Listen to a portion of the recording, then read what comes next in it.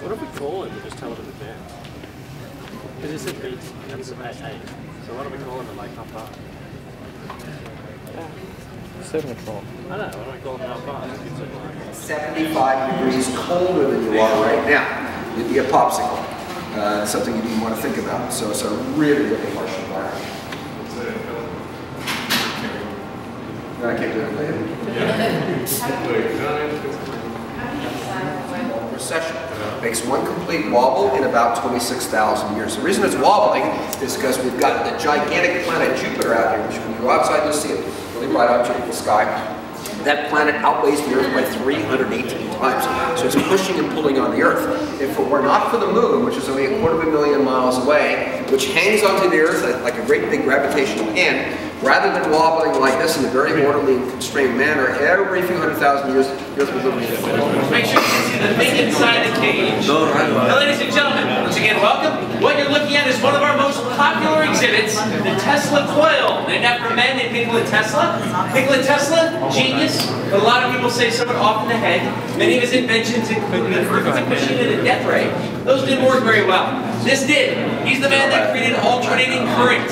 What you're looking at is a step-up transformer. It's plugged into the wall, so it gets 220 volts out of the wall. The voltage then gets stepped up the coil.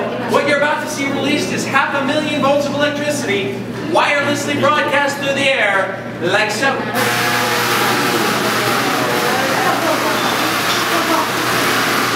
This was Tesla's dream. He wanted to give the world free wireless electricity. He didn't think electricity should go through cables and wires, and he really didn't think anybody should have to pay for this stuff. He thought it should just be in the air, use it whenever you want it. And it works. It's just not very practical. This coil you see has a range of about 6 feet. If you wanted to power your house, you would need one 10 stories tall on every street corner of your neighborhood doing this.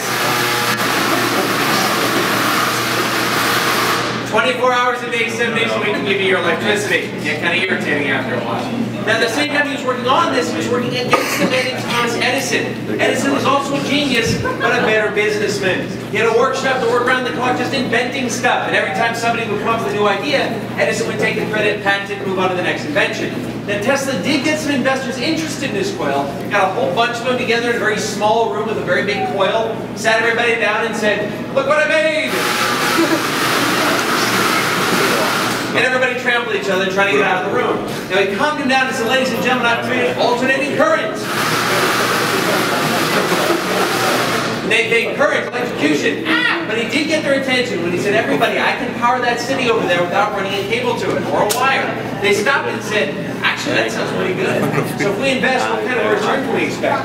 And Tesla said, "Nothing. This is for the betterment of mankind. Give me the money and I'm going to give it to the world for free." And nobody invested in it because there was no return. Eventually, he himself, running low on funds, sold the concept of alternating current to a man named Westinghouse. That's why Edison immediately stopped working in direct current and turned to working in alternating current. The coil, though, of course, achieved international fame, started in the Frankenstein films. I'm sure we all remember, "It's alive!" My favorite part right there. Now, why is this here? You realize it's really got to do with our building. We're all about astronomy. And hey, let's put an electrical generator in the room.